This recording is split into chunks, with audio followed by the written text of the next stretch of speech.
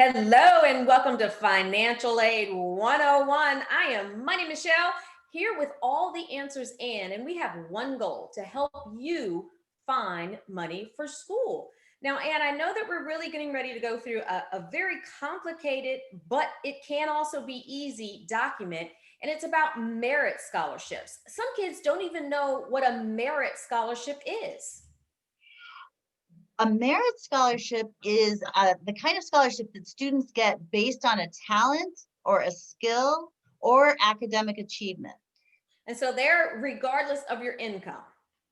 Regardless of your income. However, some of these merit scholarships require a FAFSA in order for the university or the foundation to recognize that there is some financial need. Sometimes they don't need to have financial need. They just have to get their FAFSA completed, and they're in the pile of being considered for these merit scholarships.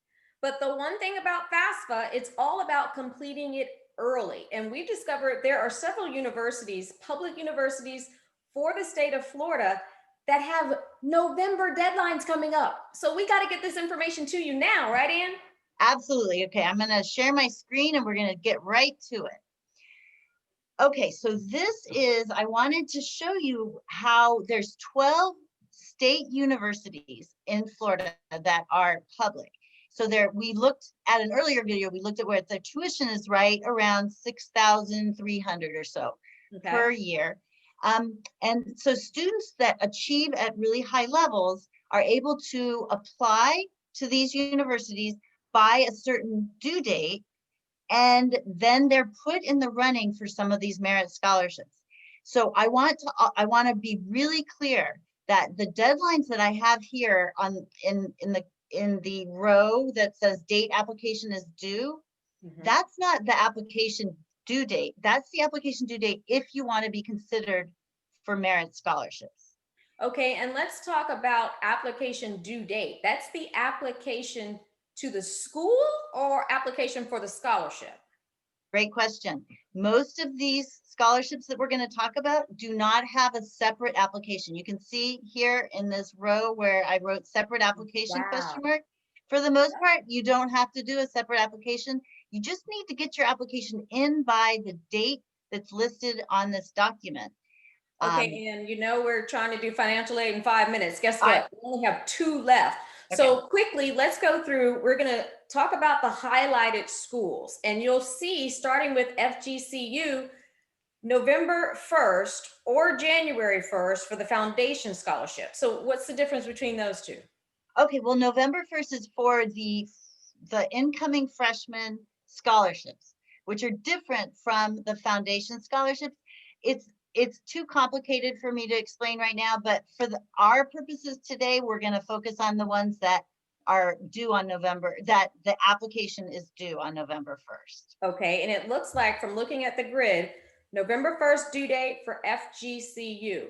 Florida Poly has a November 1st due date. UCF, yes.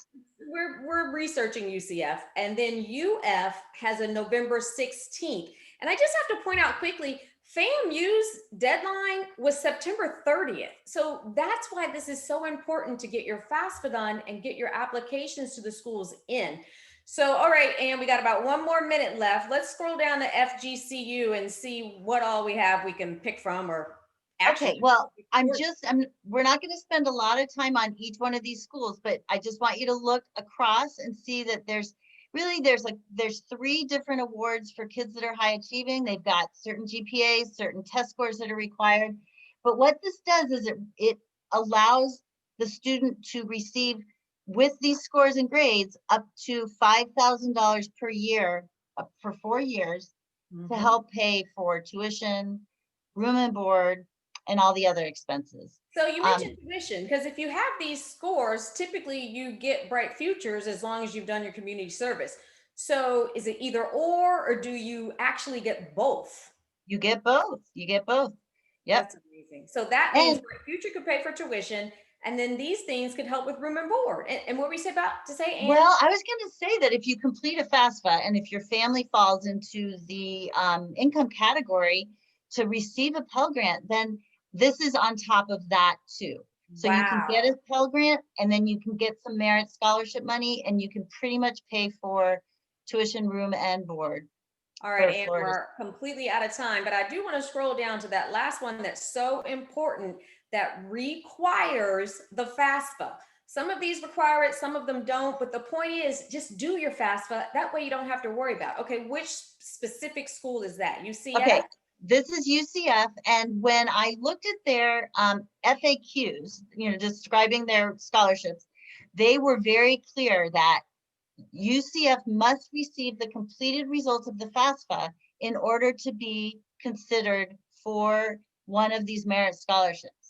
Wow. And that's a whole big list of merit scholarships. Yep. And this information is so important, but we only have 5 minutes. How are kids going to be able, or parents going to be able to find the rest of this information?